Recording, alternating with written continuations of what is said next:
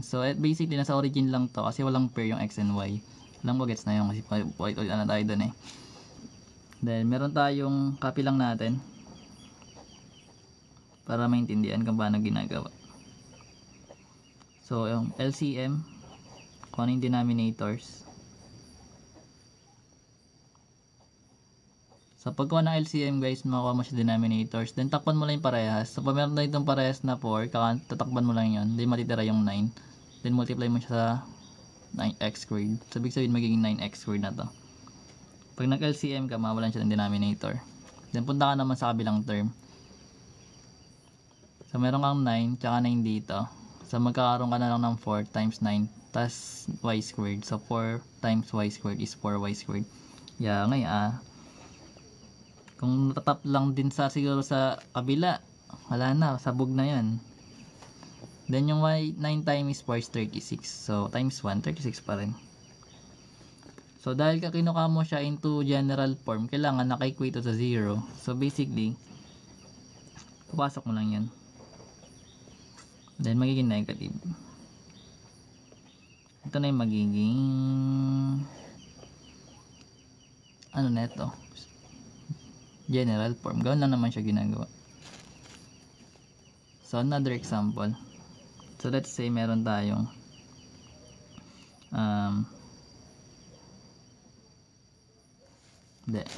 ito sa origin yan na.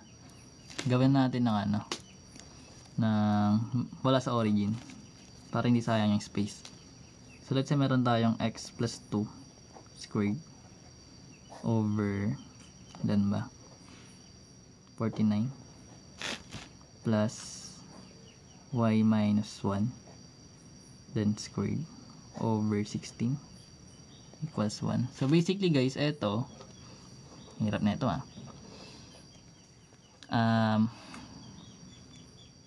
wala sa origin kasi nga may pair yung x and y. Alam ko gets na yun. So yung center na ito, negative 2 tsaka 1, magpapalit lang yun ng sign.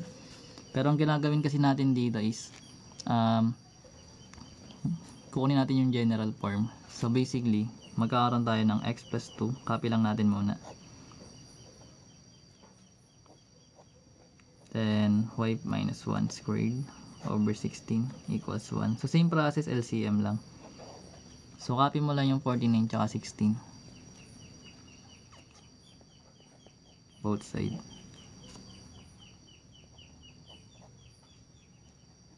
Multiply yan lagi.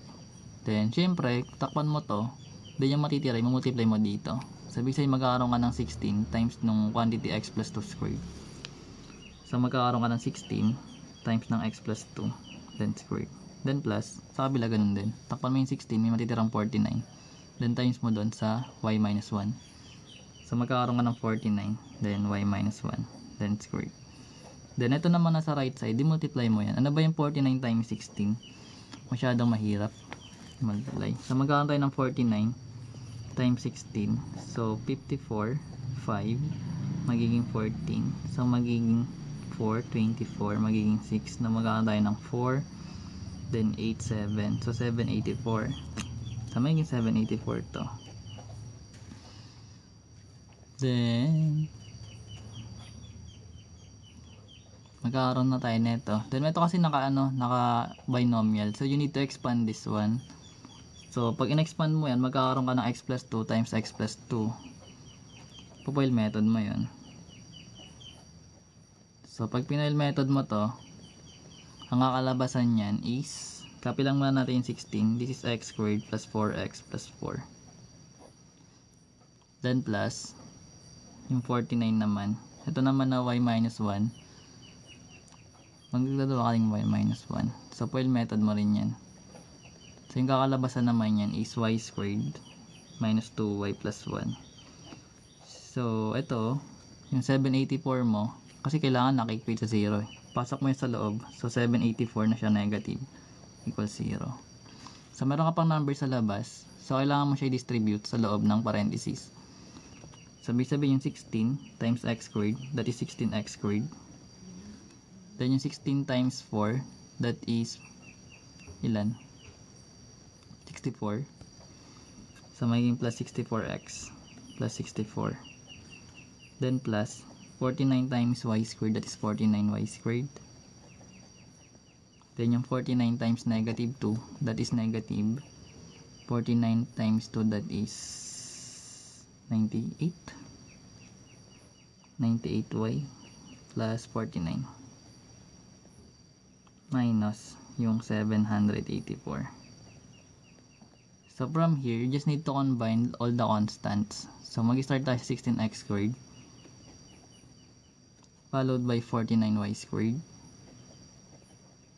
Then yung 64x followed by yung y, that is negative 98. Then yung constant, i-add mo lang yun, then i-subtract. So magkakaroon tayo ng 64 plus 49. So magkakaroon tayo ng 13 carry 1, 113. Then subtract sa 784. So 784 minus 113. Magkakaroon tayo ng 671, which is negative kasi mas malaki yung negative natin. So magiging 671. Pagod na yun, no? Lambot na ng boses eh. Pero kung may magsisend dyan guys, gaganahan tayo. Ay